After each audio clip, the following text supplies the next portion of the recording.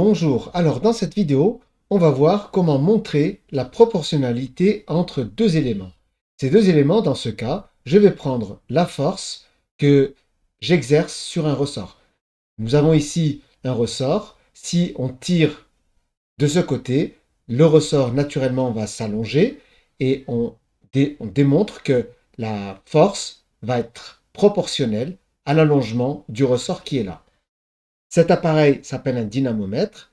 Il permet de mesurer la force. Il y a des graduations sur le côté et ça nous donne la force qu'on applique ici en fonction de l'allongement du ressort. On va voir comment montrer que la force qu'on applique ici est proportionnelle à l'allongement du ressort qui est là.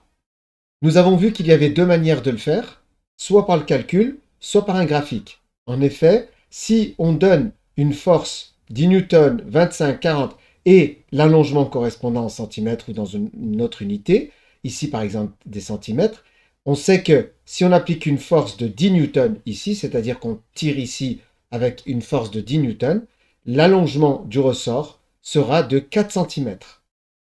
Alors, comment montrer justement, d'après ces valeurs du tableau, que la force est vraiment proportionnelle à l'allongement qui est là?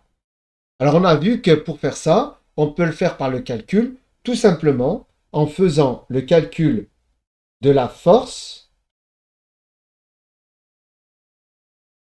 divisé par l'allongement. Si on trouve que c'est toujours la même valeur, alors on aura démontré que la force est proportionnelle à l'allongement. Commençons par 10 divisé par 4, donc 2,5. 25 divisé par 10, 2,5.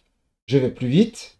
Le résultat est, à chaque fois, on trouve que la division entre la force par l'allongement, c'est, quelles que soient les valeurs qui sont là, on trouve toujours une valeur de 2,5.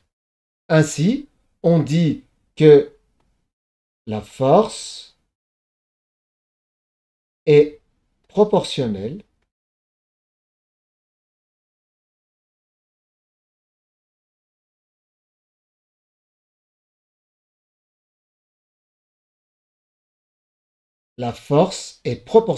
à l'allongement.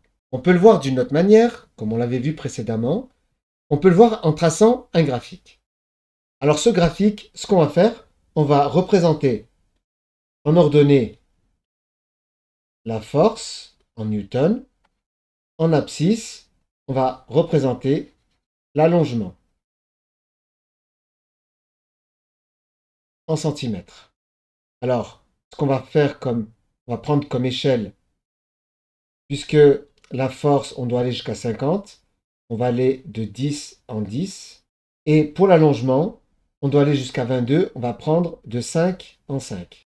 Premier point, on va d'abord placer les points. 10, 4. Une force de 10 newtons, 4 cm.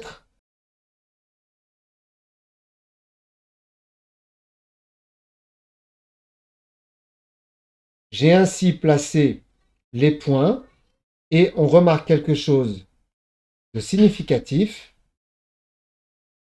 Si je trace une droite, on voit que les points sont bien alignés. Graphiquement, si des points sont alignés, on peut conclure que la force est proportionnelle à l'allongement. Ainsi, on peut dire, comme les points sont alignés, comme on a des points bien alignés, on peut dire que la force, F, est proportionnelle à l'allongement qui est là. La force est proportionnelle à l'allongement car les points sont bien alignés. Voilà, j'espère que cette vidéo t'a plu. N'hésite pas à mettre un pouce vers le haut pour m'encourager à poursuivre, à t'abonner si ce n'est pas déjà fait et activer la cloche pour être informé des nouvelles vidéos. Allez, bon courage!